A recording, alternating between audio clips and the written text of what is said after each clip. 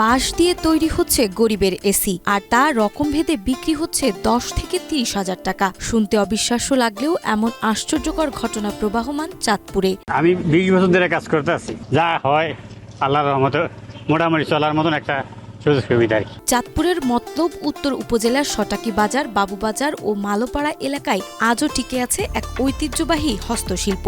বাঁশ দিয়ে তৈরি হয় ঘরের সিলিং ও বেড়া। স্থানীয়ভাবে একে ডাকা হয় গরিবের এসি, কারণ এই বিশেষ ধরনের বাঁশের সিলিং রোদের তাপ শোষণ করে ঘরকে রাখে শীতল ও আরামদায়ক। গ্রীষ্মকালে এর চাহিদা বেড়ে যায় বহুগুণ।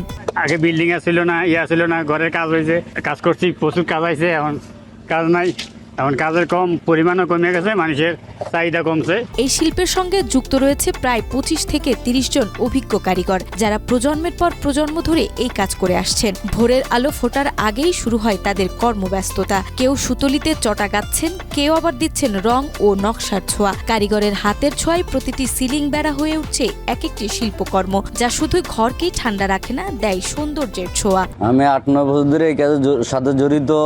আগে বিল্ডিং কম হইতো, এই কারণে আমার কাজ কম। বর্তমানে আমার কাজ খুবই কম।